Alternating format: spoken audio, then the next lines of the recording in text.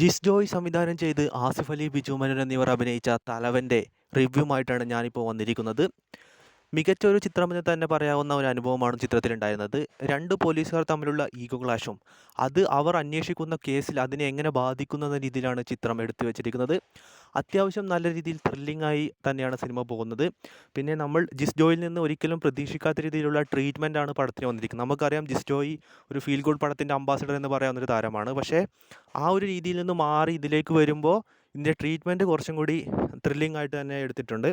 പിന്നെ അഭിനയത്തിൻ്റെ കാര്യം പറയുകയാണെങ്കിൽ ആസിഫ് അലിയുടെ ഒരു റീസെൻറ്റ് ബെസ്റ്റ് എന്ന് പറയാവുന്ന പ്രകടനമാണ് ആസിഫ് അലിയിൽ നിന്നുണ്ടായത്. പിന്നെ ബിജു മേനോനൊക്കെ ഇത് കേക്ക് വാക്കാണ്, കൂടുതലൊന്നും ചെയ്യാനില്ലാത്ത ഒരു കഥാപാത്രമാണ്. പുള്ളി അത് ഈസി ആയിട്ട് തന്നെ ചെയ്തിട്ടുണ്ട്. സോ അതായത് മസ്റ്റ് വാച്ച് എന്നൊന്നും പറയാനില്ലെങ്കിലും തിയേറ്ററിൽ നമുക്ക് ഒരിക്കൽ കണ്ടിരിക്കാവുന്ന നല്ല എൻഗേജിങ് ആയ ത്രില്ലിംഗ് ആയ ഒരു സിനിമ തന്നെയാണ് തലവൻ.